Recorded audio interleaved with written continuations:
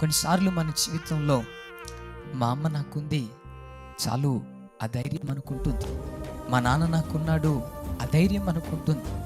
మా అమ్మ నాన్నలు నాకుండగా ఏ కష్టం వచ్చినా వాళ్ళే చూసుకుంటారు కదా, ఏ ఇబ్బంది వచ్చినా వాళ్ళే చూసుకుంటారు కదా. తల్లిదండ్రులు ఉన్నారన్న ధైర్యం కొన్నిసార్లు మన గుండెల్లో ఉంటుంది. అయితే భక్తుడు అంటాడు, నా తల్లిదండ్రులు నన్ను విడిచినా యెహోవా నన్ను విడువడు. ఒకవేళ నీ జీవితంలో నీ తల్లే నిన్ను విడిచిపెట్టిందేమో, ఒకవేళ నీ జీవితంలో నీ తండ్రే నిన్ను విడిచిపెట్టాడేమో.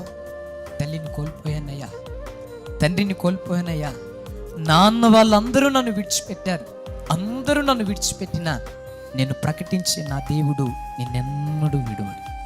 తల్లిదండ్రులు మనల్ని విడిచిపెట్టవచ్చు, దేవుడు ఎప్పుడు మనల్ని విడువడు.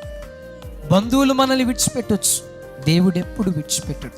ఈ దేవుడు ఎంత మంచి దేవుడో ఒక మాటలో చెప్పాలంటే, గాఢాంధకారపు చీకటిలో మనం సంచరిస్తున్నా మనతో కూడా వస్తాడు. జలములలో బడి మనం వెళతా ఉన్నా మనతో కూడా వస్తాడు. అగ్నిలో బడి మనం వెళతా ఉన్నా ఆయన మనతో కూడా వస్తాడు. అందుకని ఈ ఫిబ్రవరి మాసం యేసయ్యను ఒక మాట అడుగుదాం, దేవా మాతో రావా. ఈ ఫిబ్రవరి మాసం అంతా దేవుడు మనతో వచ్చును గాక, వెళ్ళిన ప్రతి చోటెల్లా దేవుడు తన సన్నిధిని అనుగ్రహించును గాక.